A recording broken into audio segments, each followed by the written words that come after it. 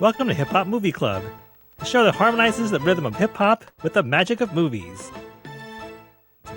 Today we're discussing State Property, a violent 2002 crime film starring some early members of the Roc-A-Fella Records conglomerate, including a small role by Jay-Z. We're three old heads who put their old heads together to vibe on these films for you. I'm Dino Wright, podcaster, filmmaker, longtime hip hop fan, and my favorite part of DMX's video for What's My Name is the 2 seconds that Jay-Z shows up in. I'm JB, 80s and 90s nostalgia junkie, longtime hip hop fan, and I rate Beanie Sigel's Rock the Mic among my top 100 hip hop tracks of all time. I'm Boogie, a DJ, longtime hip hop fan, and I'm so excited because I just found a spot to repair and calibrate my Technique 1200s, baby. I'm going back to vinyl.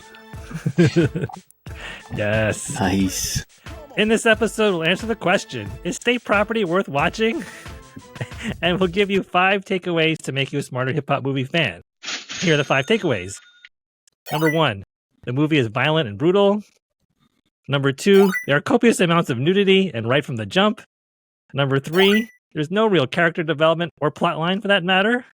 Number 4, Jay-Z's talents are wasted in this film as his role is brief and consists mostly of mumbles. And number 5, the soundtrack may be the sole highlight of this film and just barely. All right. So you may be able to tell from our takeaways that this one has its issues. Boogie, I know you said you had seen this one way back when it came out, and really themed throughout is the brutality of it all. You want to talk a bit about that?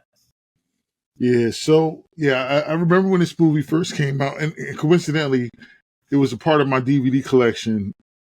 So, it's definitely a violent movie. It takes place in Philadelphia, and the main character, Beans, is portrayed by Beanie Sigel, and he has his right-hand man, Baby Boy, and actually the whole crew is comprised of members of State Property, the Philly group, minus Freeway and Petey Crack, who were legally predisposed from appearing in the film. We'll leave it at that. But it basically, Beans he wants to become like a drug kingpin because he's tired of being broke, and he gets his crew together, and they just basically start on a war path, if you will, to take over each neighborhood of Philadelphia and surrounding areas to set up their empire. And along the way, it's cold-blooded. Whoever's in their way, if you don't get down, you lay down. And that's the mantra that they go by. You see throughout this film, various members of rival crews are basically just wiped out. And he's established his soldiers, if you will, in those areas with people to work for them. And then he starts to build his empire and bring in more money. But yeah, they start off, like I said, taking out rival crews. One guy, Futch, Beans just brutally beat him with a bat. And they just tossed him in a dumpster, even in the first scene of the movie, Blizz, portrayed by Memphis Bleak, just shoots somebody in the strip club. And Blizz basically goes on a war where he shoots a few people throughout the movie. Beans even, takes out violence on his own crew. He shoots his, one of his guys, E, in the hand because he talked back a little bit. And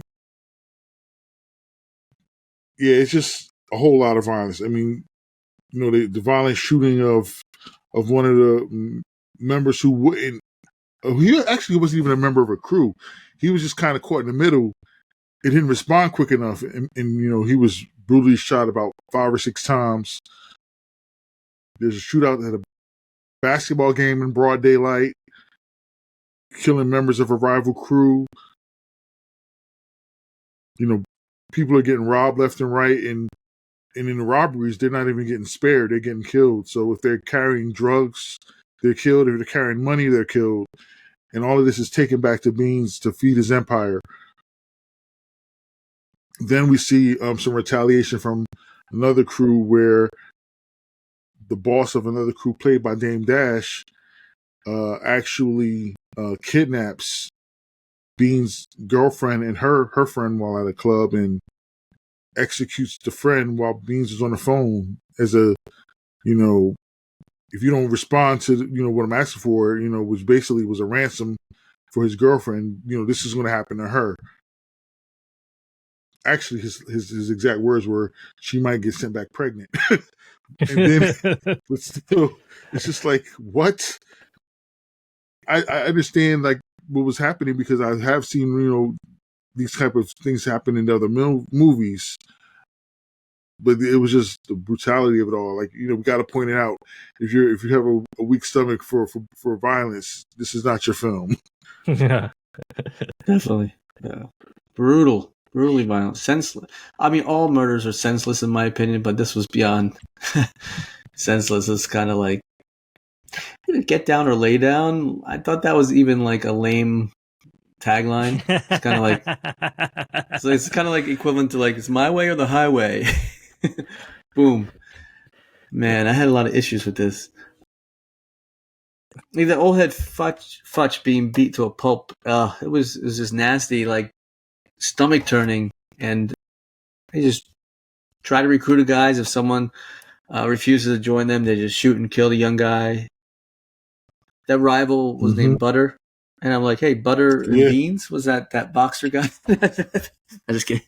Like Butterbeans. Butterbean. I'd rather watch Butterbean. Yeah. Butterbean would have been more entertaining. It was rough. Donna Wright, what are your initial thoughts here about the violence and overall themes? There's using it to make a point, and there's just like dousing this with wanton violence for no reason. There wasn't much writing happening in this movie, so sure, let's just have everybody get shot up. They didn't put much thought into this. It's like they didn't have any other crayons in the they didn't have any other colors in their palette. Like, let's just shoot them. And you think with that much violence happening for no reason, there wasn't like more repercussions. Like you can just go around shooting people and not suffer any consequences until like 80 minutes into the film. It didn't make any real logical sense, and so none of this made any sense. It's a time before a lot of surveillance was out there and the proliferation of the cell phones with the cameras. So not realistic in today's day and age, but even for that time, like people like just don't get shot up and nothing happens. Like you wouldn't find out it was Beans after all. Like maybe perhaps the police don't really care that much about these lives, but someone in that world is going to come after Beans because it's not like going to be a big secret. Like who killed Futch? Like that happened in broad daylight. DNA evidence all over the place too. And if he's on the come up, there are other established crews out there. Like, whoa, this didn't attract anyone else's attention. Like, this movie should have lasted 5 minutes. Yeah, I think how they show Dame and his crew, the old heads, it showed them, and he's like, "Yeah, look at these guys. They're all just kind of sitting around. They're laughing, they're joking, they act like everything is all sweet and everything." Because basically, they weren't even like nobody was responding. Like, you're right. Like, right. You're right. If all of this was happening in the streets, it should have probably caught somebody's attention. Like, hey, look, what the heck is going on over there? Like, not even just the police, but like other crews would have been like, okay, like, what's going on here? Yeah, maybe we need to like get ready or arm ourselves, and like nothing happened like that. Yeah. They didn't put much thought into this, so like figuring out like the repercussions of their actions, like they didn't even consider it. Why would they? This movie it didn't make any sense at all anyhow. I remember the late 80s and the 90s when the crack first hit the streets, and there was a lot of violence between crews because people were trying to make that quick money. But something would happen, and like immediately, like the next day, there would be a retaliation. Yeah. Like the war would last, like like things would happen in the span of a few days. This was stretched out over a span of like years, and yeah, it wasn't. People's reactions weren't in sync. It was just so shallowly written very shallow, and sure, anything goes. Sure. Yeah, you can like climb to the top like real quick. Just like one big massacre that continued and continued and continued. You could think of him as a serial killer, but like there was no like attention paid to him. Right. So another takeaway that you mentioned, Donna, right? There are copious amounts of nudity, and right from the jump. So that's just kind of maybe PSA. If you're watching this, you might be shocked to see that, or you might enjoy seeing that. Rated R for a reason.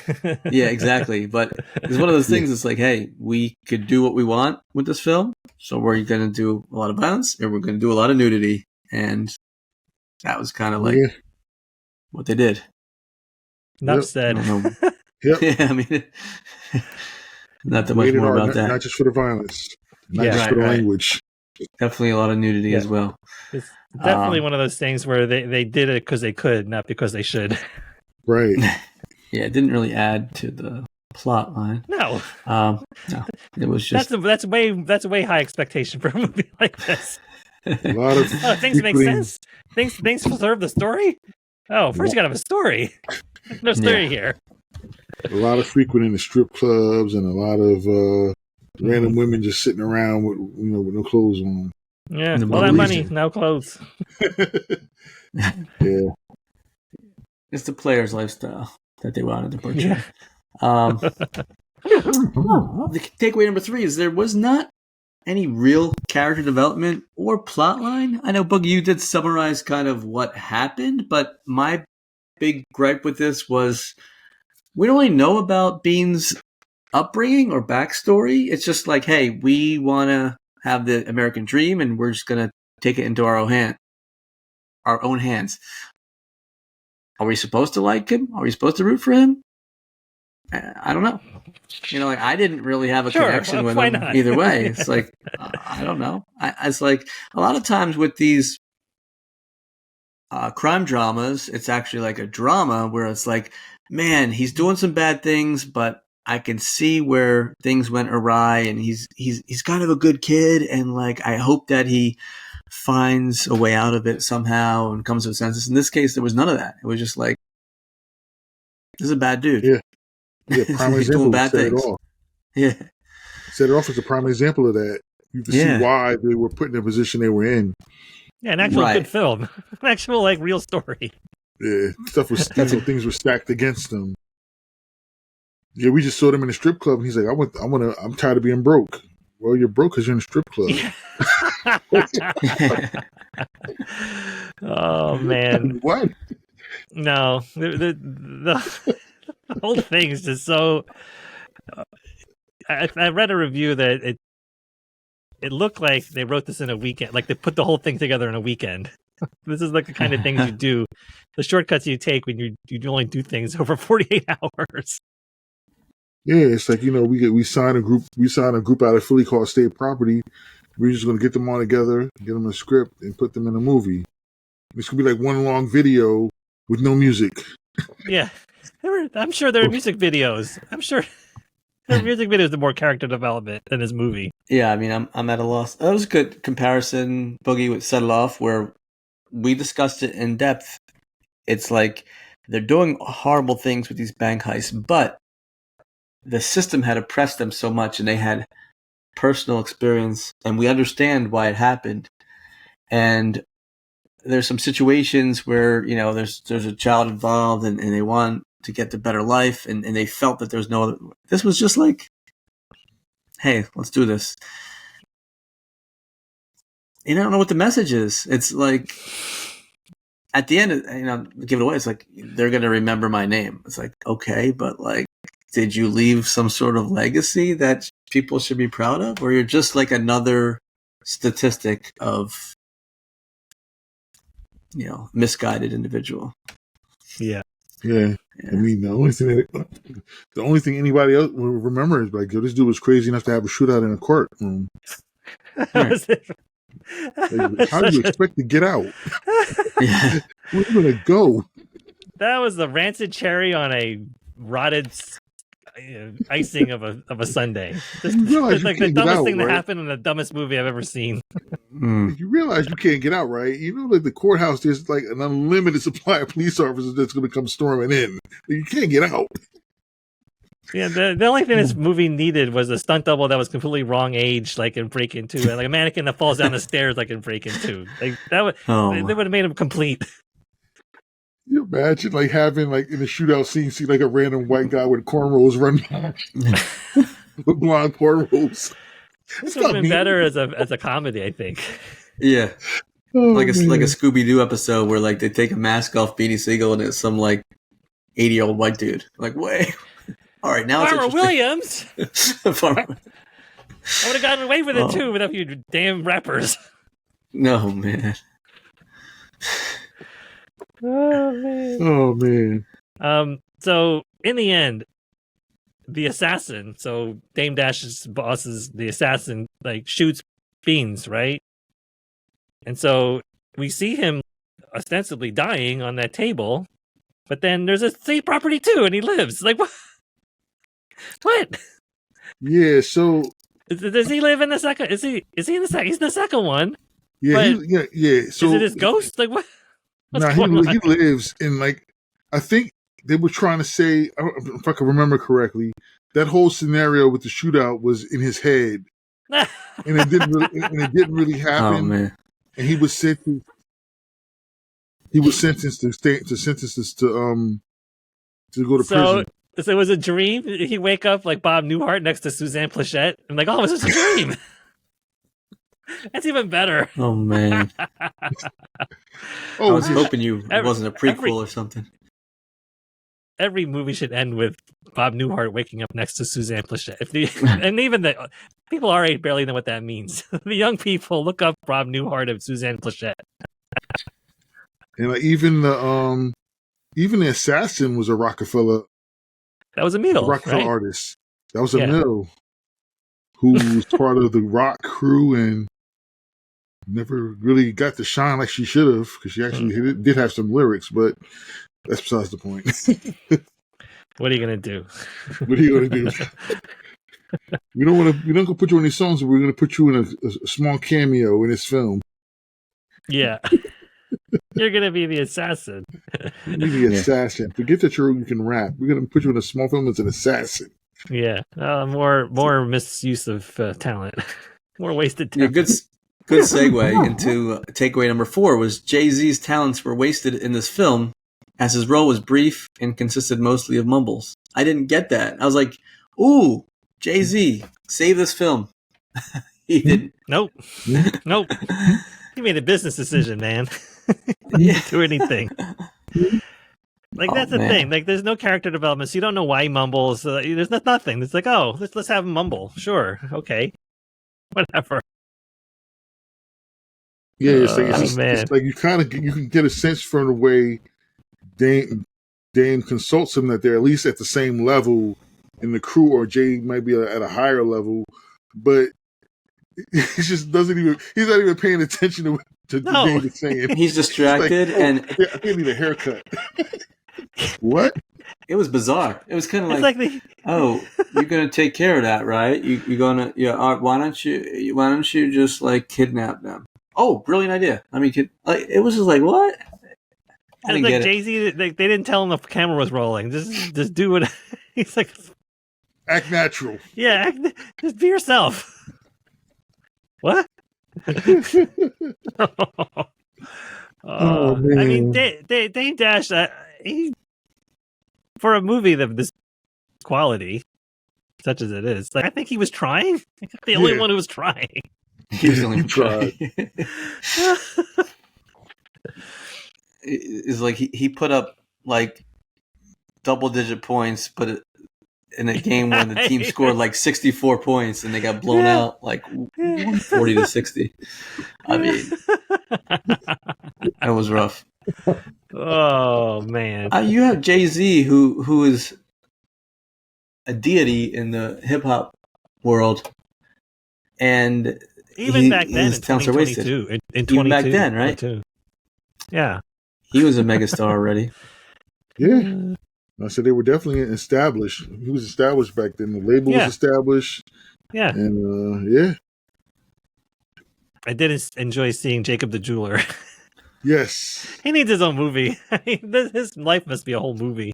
Yeah. Yeah, there were a few cameos in the movie. Jacob the Jeweler. DJ Clue had a small cameo. He did, yeah. He was informed Dame that Caesar was shot. Yeah. And then finally, the soundtrack might be the sole highlight of the film, but just barely, because Rock the Mic, as I said in my intro, that's a great song. And it's an opening scene with the strip club, and that's a great song. Other than that, Sparks was the artist on a lot of the songs.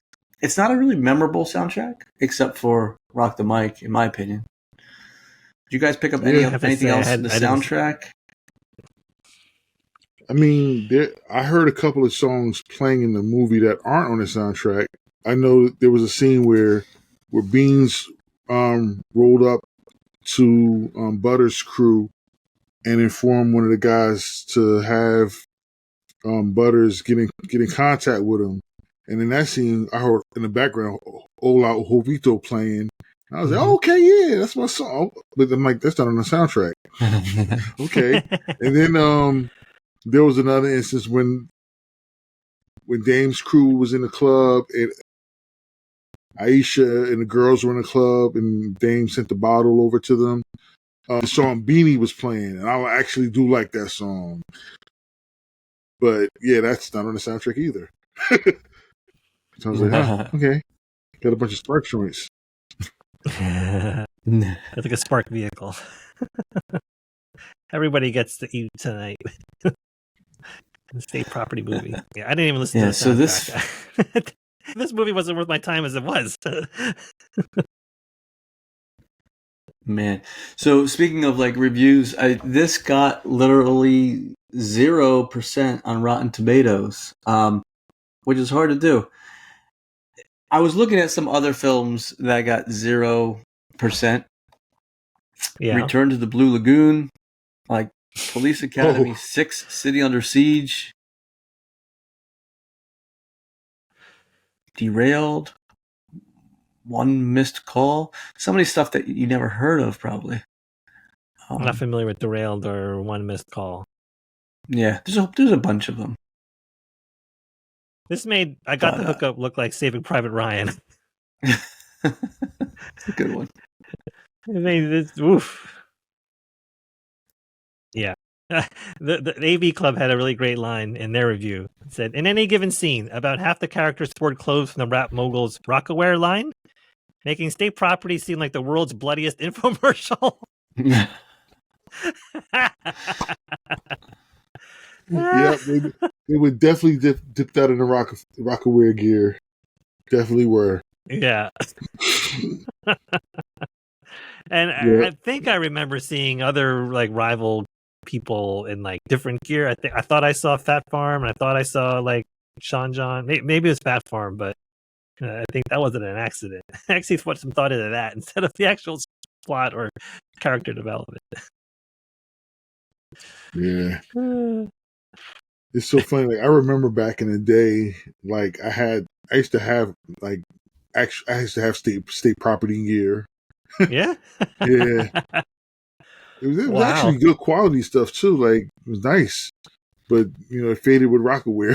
When Roc-A-Wear started fading, state property faded. Actually, it might have faded before Roc-A-Wear. Yeah. But yeah, I had state property gear, like state property, like hoodies and sweatsuits and t-shirts. Mm-hmm. The whole time it kept reminding me of Hot Property from Star Search. Remember Star Search with Ed McMahon? I remember Star Search, the talent show. What was the hot property aspect of that? They were one of the the acts that would okay. compete. Norm Macdonald's a great bit about hot property. I'll put that in this episode description. It's so good. More old head stuff. First, we're talking about Bob Newhart. They were talking about Star Search with Ed McMahon. So big names came out. It's of more Star entertaining Search. than this film. Yeah, I don't know. Remember, I had Malibu's Most Wanted as my least favorite. This gives it a run for its money. I forgot about that movie. How forgettable that was. But yeah, this has to be on like the reverse, the backside of Mount Rushmore. Like has to be on this. The WOAT, WOAT. All right. Oof. Wow. Any other tidbits that anybody want to add? I'm shocked that Beanie Siegel's jail time didn't involve this movie. Like he didn't get put in jail because of this movie. Somehow he skated on this movie. That was rough. It was tough to watch. I watched it in 2 parts, and I was like wondering. I'm glad it was just like a little over an hour and a half. I think. Mercifully. Yeah. I'm telling you, this movie should have lasted 5 minutes. All right. Yeah. Let's get the ratings. Yes. Interested to hear your view, Boogie, since you've seen it back and had enjoyed it more so when you first saw it. But what is your rating for State Property?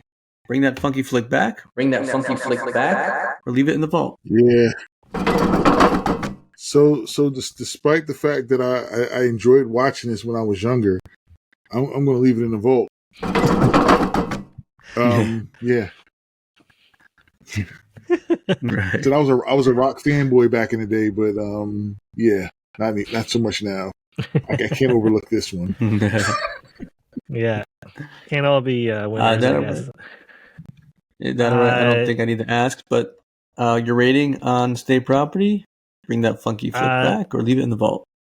Leave it in the vault. Remember that horse in Ren and Stimpy? He would always come out and say, "No, sir, I didn't like it." That was me. Remember the time that Kevin Garnett told Craig Sager to burn his suit? Like the clothes he was wearing right then? Just burn it. Not to wait, just burn it. I think Kevin Garnett should come and tell them to burn this movie. Don't wait, just burn this movie. Put it in the burn book. Put this under the vault. I have a similar feeling. Leave this one in the vault. State Property should be landfill property. This film needs holy water and the power of Jesus. But wait, there's more. But wait, there's more. State Property 2, Electric Boogaloo, coming soon. The fact that this got a sequel is beyond me. Again, just because you could doesn't mean you should. That's correct. Maybe the stunt double that's completely wrong and like the mannequin falling down the stairs is in State Property 2. I look forward to that. I'm hoping for that. Random cameos from stunt guys. I would like Boogaloo Shrimp to show up in this movie. Ricardo Montalban, maybe he can show up in this movie. State Property 2, The Wrath of Khan. Oh my god. Instead of putting those little things that he put in their ears, you can just put them in my eyes. Get it over with. Oh, man. Is it worse? What's worse than straight to video? What's worse? Straight to the recycle bin? Yeah. Oh, man. Oof. There's so much better content out there. That's a lot of times my justification for leaving in the vault. There's so much better content out there. Just life is too short. Life's too short to spend it watching this movie. Oof. This is why we do this. This is like a public service. We watch this movie so you didn't have to, dear listener. Yep. Oh, man. Oof. You still have the DVD, Boogie? Yeah, I'm pretty sure I do because I had a whole I don't know, to this day I still don't know why, but I like watching crime movies. Yeah. So I'm pretty sure I still have it in my storage unit with the rest of my crime movies. Yeah. I mean, there's a lot of crimes in this movie. This movie itself is probably a crime, but again, Beanie didn't do any jail time for it. Yeah, I had like this, New Jack City, King of New York, Carlito's Way, Scarface, all those movies. Had a whole bunch. I have and State Property. It didn't State Property, yeah, with the classics. Because you needed a bookend to hold it in place, right? Yeah. You needed a coaster for when you watch those other movies. You needed something to put your drink on. Oh man. Yeah. Wait till if you ever get a chance to see the second one, it's got more holes in it than this one. Oh, wow. We really should review it. We should. This was just a giggles. We should. For how many times can we rank on this movie? The second one has a lot of cameos in it because they got a bigger budget. The movie didn't do too bad though, because at the time, like this Rock was at the top of their game. Right. So people went to see it. I believe it. They're printing money back then. Watched it just because of who was in it. Yeah. I believe that totally. I mean, these guys are on tour. They got videos everywhere. Yeah. They're on all the radio stations and in the clubs. And then they put out a movie. Yeah. And that's how I got caught. I was a fanboy. Put down your $12 like it was back in the day. Sure. Mindless entertainment for 90 minutes. Yeah. Emphasis on mindless. When you have the level of clout of Jay-Z and it's his conglomerate, like, he could take a dump, wrap it in foil, and somebody would buy it. That's kind of what this is. Pretty much. Oh, man. Yeah. Pretty much. Oh, man. Yeah. It was not a cinematic triumph. No. And not worth most people's time. Nah. I'm opposed to watching the sequel. I don't know. It's torturous. Oh man, how low can you go? I more likely stretch the meaning of a hip hop movie to include the likes of like Pee-wee's Big Adventure or something. There's got to be some link to hip hop. Let's watch that. There was a song called Pee Wee Herman. Yeah, see, there was a Pee Wee Herman. There we go, right? Yeah. That's a tie-in, right? Not that that version was in the film, but yeah, I'm just using as example. Like, yeah, no, I mean, maybe we won't, but yeah, boy, oh boy, this was something.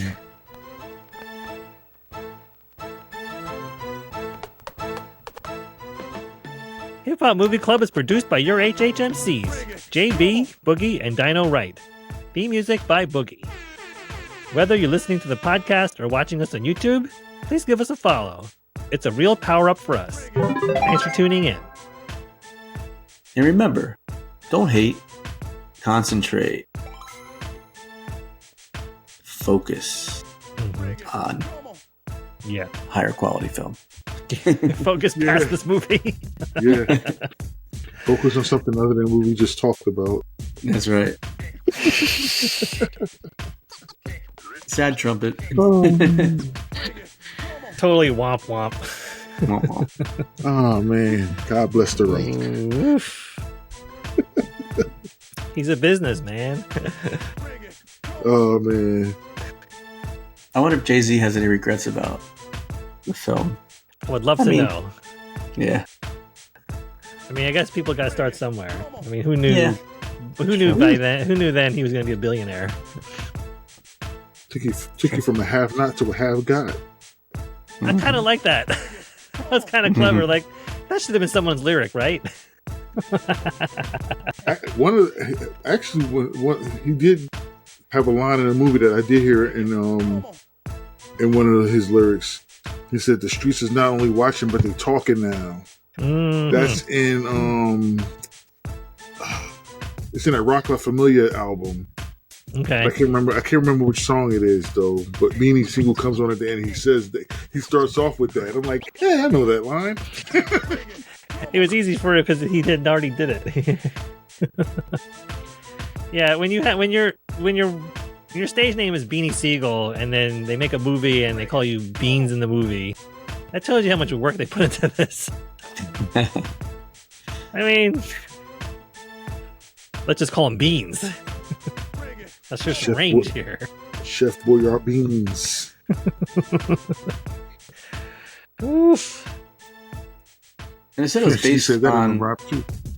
this was based on true events. So then I went back and I was looking at like Beanie Siegel's history. I was like, I hope this wasn't his full story. It's not. No, this I is mean, about Aaron Jones and the Junior Black Mafia.